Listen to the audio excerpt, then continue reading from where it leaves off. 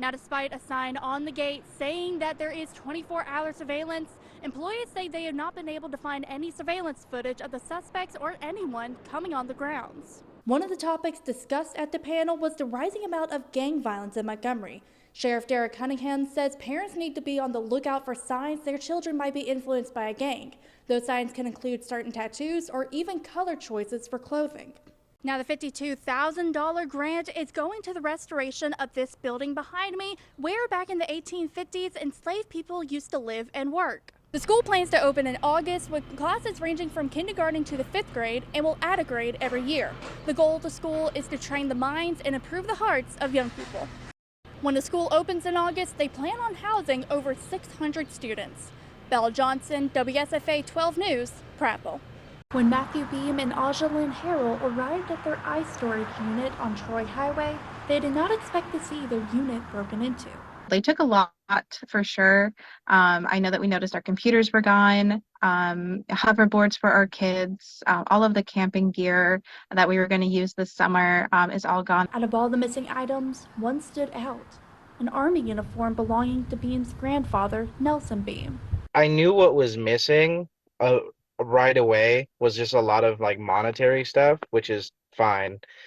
But the one thing that was missing is the only thing that I can't replace. Beam was hoping the uniform would become a family heirloom. We were going to pass the uniforms down to our children when they got older. Beam had been to the unit 2 weeks before learning about the break-in. When police arrived, they found other units had been broken into as well. Now, despite a sign on the gate saying that there is 24-hour surveillance, employees say they have not been able to find any surveillance footage of the suspects or anyone coming on the grounds. Beam and Harrell hope the thief or thieves will come forward and return the stolen property.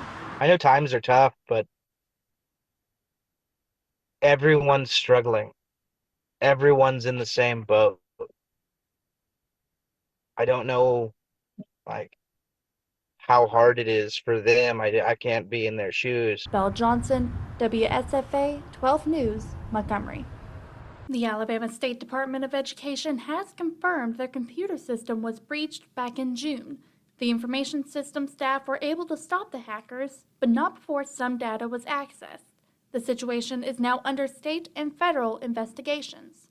What I would say is that to all parents and all local and state education employees out there, they should monitor their credit. They should assume that there's a possibility that some of their data were compromised. Dr. Eric Mackey was able to confirm that the cyber attack came from a foreign entity. However, many of the details are still under investigation. We are not going to negotiate with foreign actors or extortionists, and we've made that very clear. The FBI has made it clear that they never recommend negotiating with these foreign extortionists, and we will not be doing that. ALSDE has not confirmed which data was breached by the hackers. However, they did say the data has been restored by backup servers. They encourage anyone with questions to email them at databreach@alsde.edu. Belle Johnson, WSFA 12 News. A new school is headed to Prattville. Ivy Classical Academy is under construction at High Point Town Center. We found this location a few years ago. It was built originally as a shopping center, but never filled up with stores, and it's been sitting vacant for a little over 15 years now. The school plans to open in August with classes ranging from kindergarten to the 5th grade and will add a grade every year.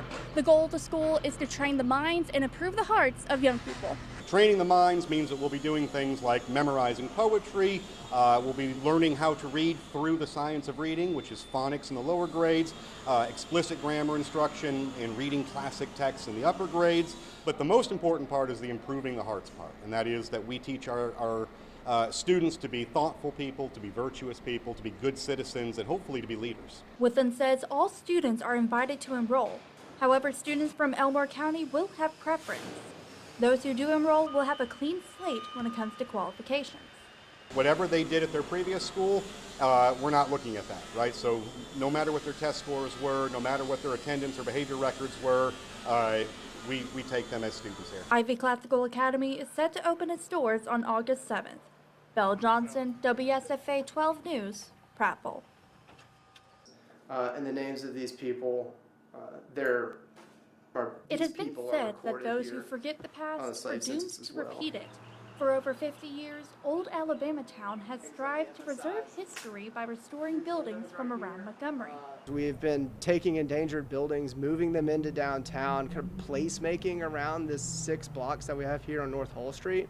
And it's a really unique, fascinating place because it's a way to engage history, engage the way that people lived in the 19th and early 20th centuries. Recently, Old Alabama Town received a grant from the Alabama Historical Commission. Now, the $52,000 grant is going to the restoration of this building behind me, where back in the 1850s, enslaved people used to live and work. We know the names of 11 enslaved people that were here. We found their identities through just backtracking in primary source documents, particularly a prenuptial agreement. The upstairs of the enslaved quarters at the Orderman Shaw House has a memorial for those 11.